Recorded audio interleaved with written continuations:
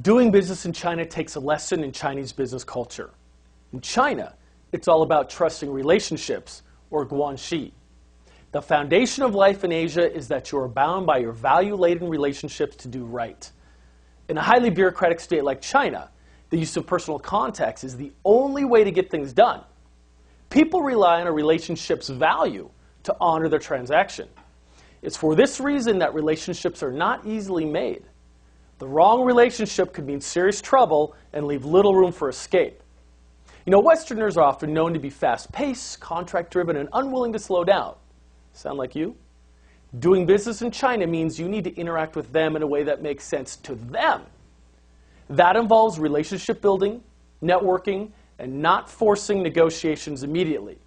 It can be frustrating, I know, when it seems like it's going both fast and slow at the same time, but you need to give yourself and your potential deal time to play out in the Chinese way. Whipping out a contract early in the negotiation process is seen as an indicator of bad faith. Don't do it. It's considered inappropriate, and your draft contract will be seen as irrelevant.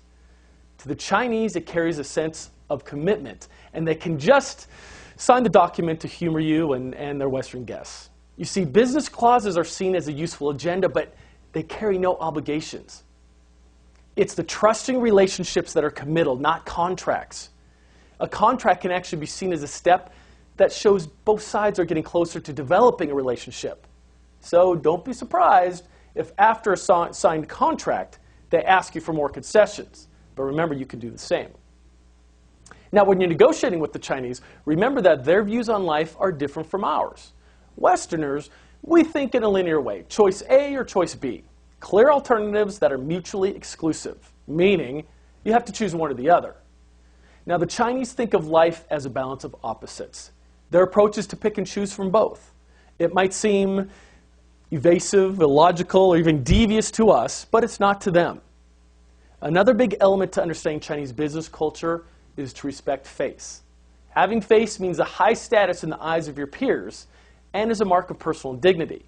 It can be lost, given, taken away, or even earned. It can be given by praising someone for good work in front of their colleagues, but be careful, be sparingly. Your praises will lose sincerity if they're doled out too easily. The easiest way for someone to lose face is to insult or criticize them in front of others. A huge no-no is to make fun of someone. Westerners can do that in a good-natured way, it's okay, but it doesn't translate to Chinese culture. Another way to lose face is to not give someone the respect that is due. Treating a high-up person as a subordinate, instant deal killer. If you want to do business with the Chinese, then you have to understand that they're more of a group-oriented culture. You are organized. They're organized in a hierarchical way. The Chinese do not take individual responsibility, nor give their opinion before their peers in case it could cause them to lose face with a valued ally. Now, if you want to learn more, please stay tuned in Business TV as we cover in-depth how to do business in China. I'm Jeff Castle.